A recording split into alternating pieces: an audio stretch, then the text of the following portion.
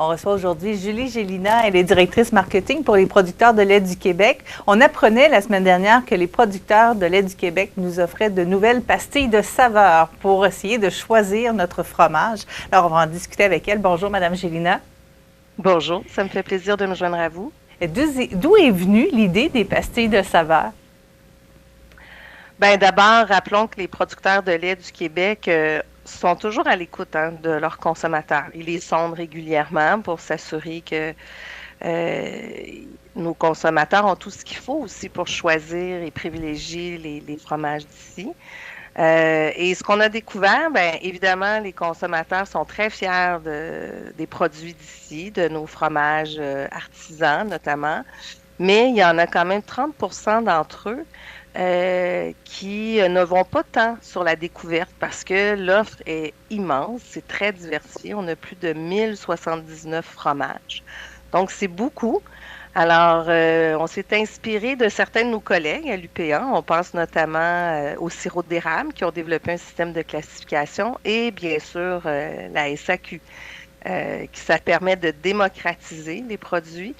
Puis, comme je le rappelais aussi à certains de nos partenaires, c'est certain que on a nos favoris aussi dans nos fromages.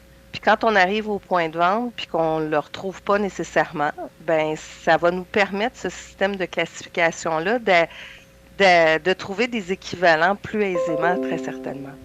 L'offre a vraiment augmenté de façon exponentielle là, dans les 20 dernières années, disons. Absolument. Les Québécois sont des grands mangeurs de fromage. D'ailleurs, c'est nous, la province canadienne, qui sommes les plus gourmands de fromage d'ici.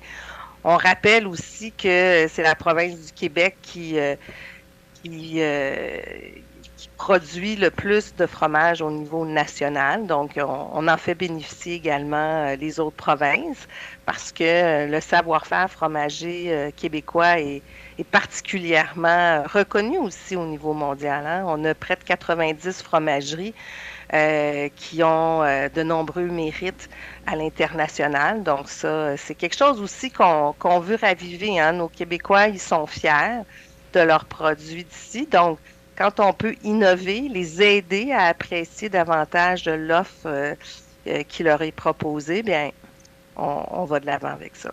Ceci étant dit, vous le mentionnez, 1079 fromages, c'est beaucoup. Donc, c'est un grand projet qu'on a initié en collaboration avec le Centre d'expertise fromagère il y a de cela 18 mois. Donc, c'est un jury qui a été mis en place d'experts pour justement établir cet outil de classification qui comporte essentiellement trois axes. Quand on parle de dégustation de fromage, les piliers, c'est la flaveur, l'intensité, la texture. Donc, les consommateurs qui auraient envie tranquillement de s'initier à cette proposition-là peuvent le retrouver aisément sur fromagedici.com. Donc, présentement, c'est disponible sur le site Internet. Est-ce qu'éventuellement, ça va être disponible également dans les endroits où se vend du fromage? Est-ce que les pastilles vont Oui, apparaître comme ben, ça se fait? comme je vous dis, c'est une phase 1. En toute unité, il y en a 400. Ce sont aussi des partenaires indépendants, là. Donc, 89 fromageries, ce sont des entrepreneurs. Ils vont prendre le pouls, tu sais, comment nos consommateurs réagissent déjà à cette première étape-là. Certains nous disent effectivement, on pourrait l'ajouter sur nos emballages. C'est d'abord eux qui ont le mandat.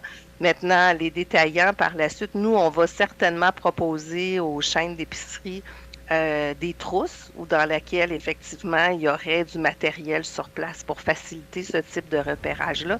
Mais vous savez qu'aujourd'hui, nos consommateurs sont toujours au bout d'un clic. Oui, Donc, en allant avec le site Internet, ils vont avoir l'information très rapidement. ça va être une façon de découvrir des nouveaux fromages qui ne sont Oui. pas nécessairement disponibles devant eux, là. Non, puis honnêtement, la diversité est énorme, là. Je mentionnais à un collègue hier, juste au niveau du fromage en grains, il y en a près de 140 là, offerts au Québec. Alors, c'est vous dire à quel point il y a une passion. Et puis, les producteurs de lait, ce qu'ils veulent, c'est les aider à la vivre pleinement, cette passion-là. On pourrait peut-être détailler un peu plus les différentes pastilles. Oui, donc on parle de la flaveur notamment. La flaveur, c'est ce qui représente la saveur, les arômes et même l'odeur. L'intensité, un peu comme dans les vins, encore une fois, ça va de douce à puissant. Et ça permet de comprendre la force avec laquelle sont perçus les attributs du fromage. Puis la texture, ben ça, c'est peut-être plus évident pour la plupart. On parle de pâte ferme, souple, cassante, fondante. Donc, c'est des éléments. C'est tout un registre de terminologie qu'on n'a pas inventé, ceci étant dit. Tout comme dans le vin, ils ont des sommeliers. Ben, on a nos sommeliers fromagers avec le Centre d'expertise fromagère, que je salue d'ailleurs ce matin. Estelle Thériault, qui est notre fidèle allié depuis plusieurs années, a fait un travail colossal à cet égard-là. Ils sont combien à tester les fromages? Parce que quand même, il y en a 400 de faits, mais il en reste beaucoup. Le jury de mémoire, là, ils étaient 16. Puis, tu sais, c'est des gens vraiment spécifiques. La charte de caractéristiques pour déceler toutes ces sensibilités-là fromagères. Ça a été un gros exercice, mais je vous cache pas que ça a été initié pendant la COVID. Donc, les 20 fromages à la maison, ils ont fait leur dégustation. Donc, je pense que ça a bien été. Je pense qu'il y a eu beaucoup de plaisir. Débutait, par exemple. Je ne suis pas sûre qu'il y avait du vin à toute heure. J'espère que non, parce que ça peut déjouer un peu les saveurs. Vous avez raison, tout à fait. Faut pas se cacher là-dessus.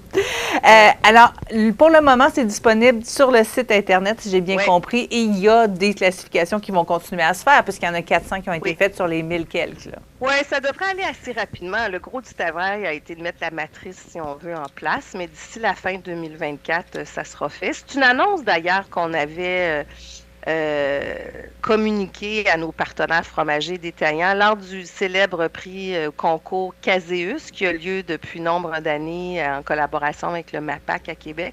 Puis c'est une initiative qui avait été accueillie avec beaucoup d'enthousiasme de la majorité d'entre eux, là. Est-ce que parmi les 400 qui ont été testés et qui ont déjà leur pastis, est-ce qu'il y en a qui viennent de producteurs de Chaudière-Appalaches?